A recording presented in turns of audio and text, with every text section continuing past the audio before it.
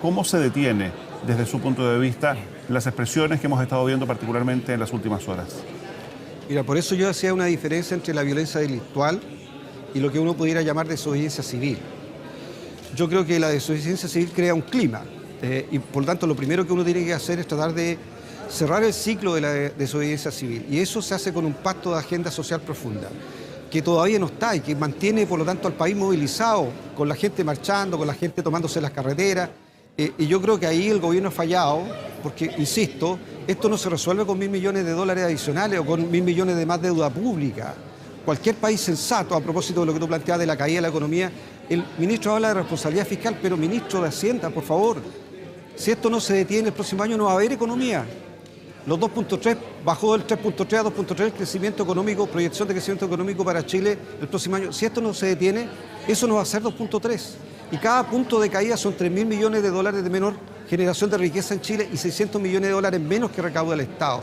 O sea, ¿de qué sirve la responsabilidad con las arcas fiscales si el próximo año no va a haber economía, no va a haber cohesión social, el país va a estar polarizado, no va a haber posibilidad de convivir en Chile? Esto es una tarea urgente. El gobierno no puede estar de a poquitito soltando un par de millones de dólares. Esto requiere una agenda social profunda. ¿Y por qué el presidente no invita a los partidos políticos de oposición, invita a la Mesa de Unidad Social y le propone una agenda social profunda de 4.000, de 5.000, de 6.000 millones de dólares y propone la reforma tributaria que permite financiarlo de manera permanente? Diputado... Eso es lo primero. Lo segundo, decirte que la violencia delictual tiene que ser detenida y rechazada por todos. Está en cuestión la capacidad del Estado para contener este tipo de violencia, que es una mezcla de anarquismo, a esta altura, seamos francos, seguramente de narcotráfico y de personas que seguramente cometen delito en el marco de esta violencia. Hasta ahora el Estado ha perdido la capacidad de controlarlo. Yo creo que esto requiere... El gobierno ha anunciado un proyecto de ley que permite que las Fuerzas Armadas vayan a cuidar infraestructura crítica, usted lo conoce.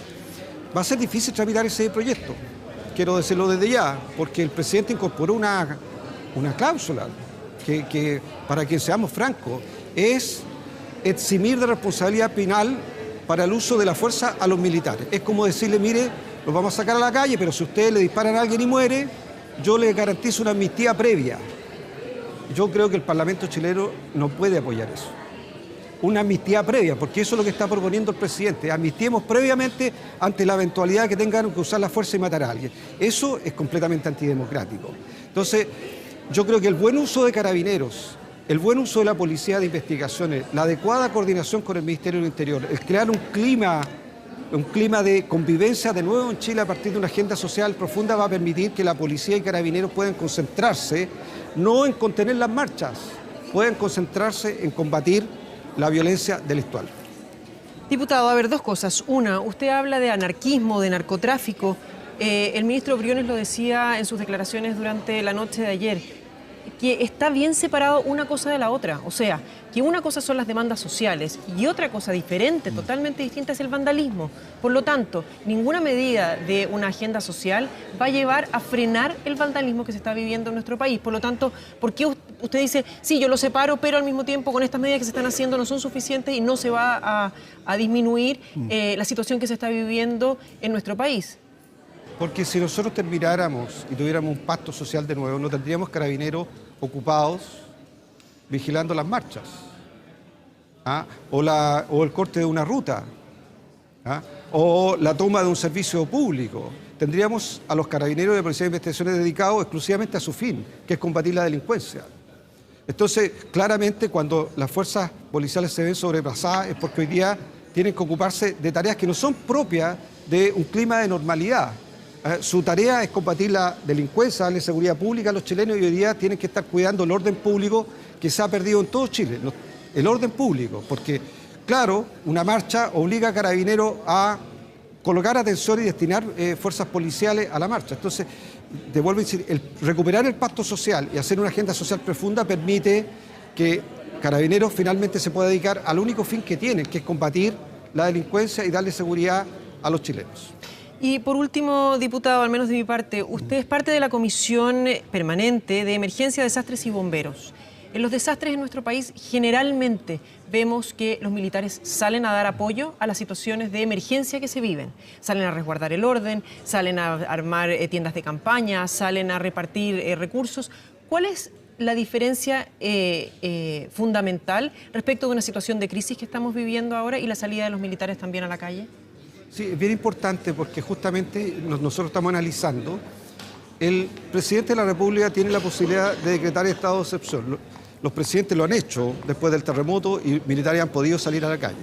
El presidente lo hizo al inicio del estallido social a través de un estado de emergencia y los militares pudieron salir a la calle.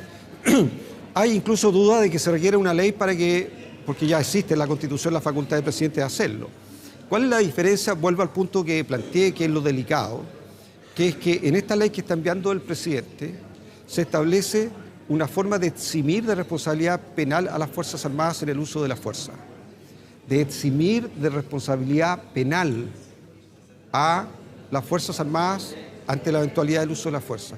Yo no sé si a alguien le parece eso razonable. No sé si le parece razonable a alguien que el presidente de la República, de un país democrático como el nuestro, le pida al Parlamento que autorice que él pueda sacar a las Fuerzas Armadas a la calle, pero que si las Fuerzas Armadas tienen que disparar y matar a alguien, previamente, a través de un decreto presidencial, pueda en la práctica haber una especie de amnistía previa. ¿Ah? Entonces es como decir, mire, usen la fuerza de manera impune. A mí me parece que las Fuerzas Armadas hay que cautelarlas, hay que cuidarlas.